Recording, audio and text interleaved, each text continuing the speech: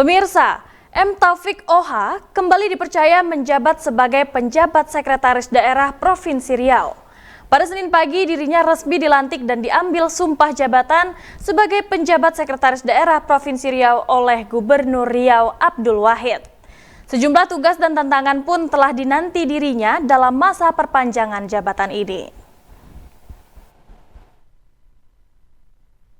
Pelantikan dan pengambilan sumpah jabatan M. Taufik OH sebagai PJ Sekda Riau ini merupakan perpanjangan masa jabatannya hingga 3 bulan ke depan. Sebelumnya M. Taufik OH dilakukan sebagai PJ Sekretaris Daerah Provinsi Riau oleh PJ Gubernur Riau saat itu Rahman Hadi pada 10 November 2024 lalu, yang kemudian masa jabatan tersebut berakhir pada Januari lalu. Setelah dilantik sebagai PJ Sekda Prof Riau, sejumlah tugas dan tantangan pun telah menanti dirinya dalam masa perpanjangan jabatan ini. Adapun yang menjadi tugas paling berat yang harus dituntaskan sesuai permintaan Gubri ialah persoalan defisit anggaran yang mencapai 2,2 triliun rupiah yang berdampak pada tunda bayar.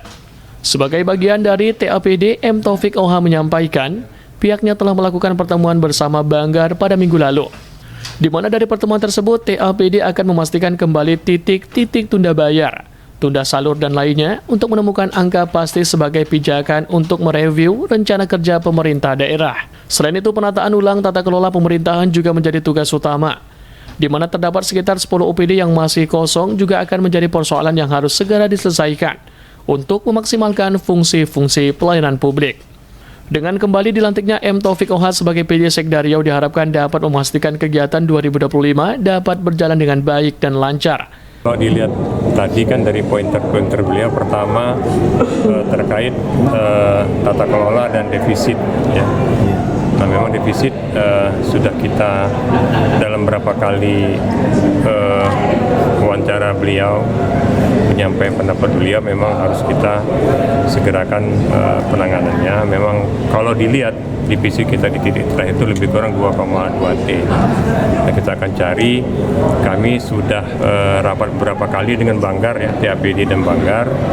Kami juga sudah menyusun beberapa skenario pelaksanaan daripada baik tunda salur, tunda bayar, dan penganggaran sisi yang memang harus dianggarkan.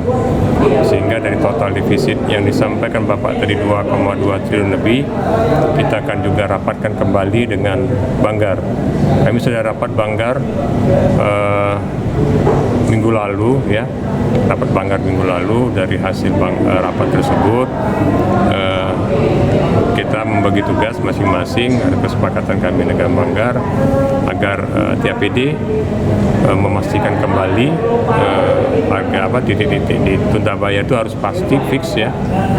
Kemudian tunda salur dan lain-lain, sehingga angka pasti itu bisa kita temukan dalam waktu dekat ini, tidak bergeser lagi, karena angka pasti itu juga merupakan angka pijakan kita untuk di review RKPD. Nah, review RKPD tentu nanti dilanjutkan dengan penyusunan APBDP.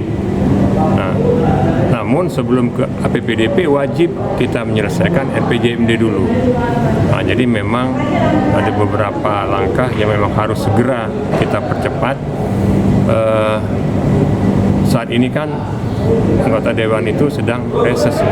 Tadi saya sempat komunikasi dengan Ketua DPRD, reses sedang berlangsung, mungkin 3 hari atau 4 hari lagi akan selesai. Setelah itu berarti akan dimulai kembali rapat TAPD dengan Banggar. Dan dalam waktu segera kita harus putuskan angka pastinya itu selaras dan sama, tidak lagi ada perbedaan angka, dan kemudian juga penyampaian strategi langkah-langkah untuk menyelesaikan defisit tersebut. Nah, itu tata kelola tadi juga disampaikan oleh Pak Gubernur, ada lebih kurang 10 OPD yang kosong karena pensiun, dan ada 6 ya yang PLT.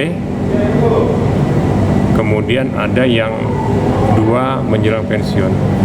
Kalau dari hitungan kami lebih kurang ada 18 yang harus diisi. Nah, berarti langkah-langkahnya adalah kami harus komunikasi kembali ke BKN, pembentukan panitia seleksi seperti arahan Bapak tadi untuk tata kelola pemerintah terkait pengisian ke OPD. Nah setelah itu baru kita tentukan langkah-langkah selanjutnya.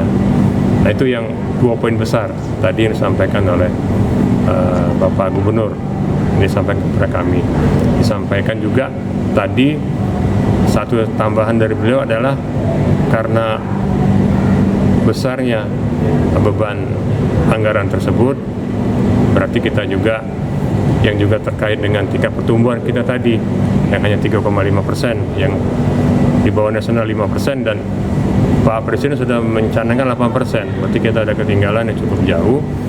Nah salah satu strategi yang disampaikan Pak Gubernur kepada kami beberapa waktu lalu, segera kita melakukan, menggiatkan, menggalakkan kembali investasi daerah yang disampaikan beliau tadi. Nah mungkin ada beberapa langkah-langkah juga yang akan kita laksanakan terkait itu, ya. Dengan kembali dilantiknya M. Taufik OH sebagai PJ Sekdariau diharapkan dapat memastikan kegiatan 2025 dapat berjalan dengan baik dan lancar, agar kegiatan prioritas dapat dijalankan dengan maksimal. Adi Danila Rozana dan Radi Saputra melaporkan.